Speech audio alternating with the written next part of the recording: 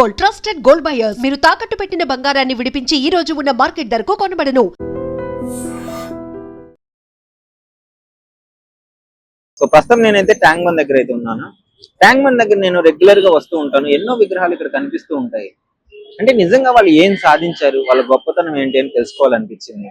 So ఆ తరహాలోనే మన సెక్రటేరియట్ ఎదురుగా అమరజ్యోతి దీపం ఎదురుగా అయితే నేను ఇక్కడ ఉన్నాను. సో మనకు కనిపిస్తుంది కదా, కొండా లక్ష్మణ్ బాపూజీ గారి విగ్రహం దగ్గర అయితే ఉన్నాను. ఆయన గురించి తెలుసుకున్నప్పుడు అంటే ఇంత గొప్ప వ్యక్తి గురించి ఇన్ని రోజులు నేను ఎలా మిస్ అయ్యాను అని అనిపించింది. అంటే ఈ విగ్రహాన్ని చూసి నాకు తెలుసుకోవాలనిపించి నేను ఆయన గురించి సెర్చ్ చేసినప్పుడు ఆయన చేసిన త్యాగం, ఆయన గొప్పతనం అవన్నీ తెలుసుకోవడం జరిగింది. ఒకసారి ఆయన గురించి తెలుసుకున్నాం పదండి, మీకు కూడా తెలియజేసే ప్రయత్నం చేస్తాను. ఆచార్య కొండా లక్ష్మణ్ బాపూజీ గారు 27th సెప్టెంబర్ 1915 లో పుట్టారు. 21st సెప్టెంబర్ 2012 ఆయన మరణించడం జరిగింది. ఆయన బతికున్నన్ని రోజులు ఈ దేశ సేవకి, ఈ రాష్ట్ర సేవకి ఆయన జీవితాన్ని అంకితం చేశారు. సో అంటే ఆయన ముఖ్యంగా 5 సార్లు ఎమ్మెల్యే అయ్యాడు. తర్వాత డిప్యూటీ స్పీకర్ గా కూడా పనిచేశాడు. ఆ తర్వాత మంత్రిగా ఉన్న టైంలో తెలంగాణ ఉద్యమం కోసం తన మంత్రి పదవిని సైతం త్యాగం చేయడం జరిగింది. అంత గొప్ప వ్యక్తి. ముఖ్యంగా ఆయన బాపూజీ అడుగుజాడల్లో నడుస్తూ ఉంటారు. సో బాపూజీ గారు మన స్వాతంత్రం కోసం గాంధీజీ గారు ఎలా అయితే శాంతి ఉద్యమంతో ముందుకొచ్చాడో, సత్యాగ్రహం అలాంటి ఉద్యమాలు చేశాడో, అదే విధంగా మన లక్ష్మణ్ బాపూజీ గారు కూడా, కొండా లక్ష్మణ్ బాపూజీ గారు కూడా తెలంగాణ ఉద్యమంలో, మలిదశ తెలంగాణ ఉద్యమంలో తన శాంతితో ఉద్యమాలు చేయడం జరిగింది. శాంతి బాటలో తెలంగాణ రాష్ట్రం కోసం.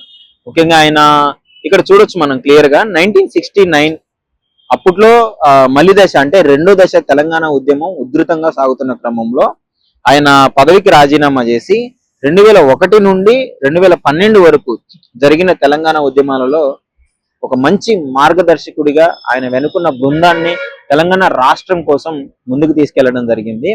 ఆయన 2014లో మనకు ప్రత్యేక తెలంగాణ రావడం జరిగింది. బట్ ఆయన 2012లోనే చనిపోవడం జరిగింది.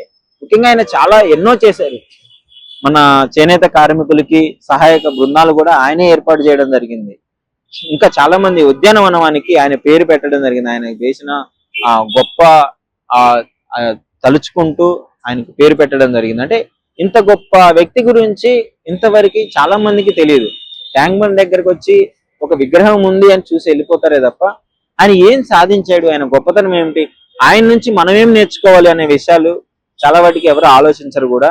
బట్ నిజంగా ఆయన గురించి తెలుసుకున్నప్పుడు చాలా గొప్పగా అనిపించింది. అంటే ఈయన క్విట్ ఇండియా ఉద్యమంలో కూడా పాల్గొన్నారు అని తెలుస్తుంది.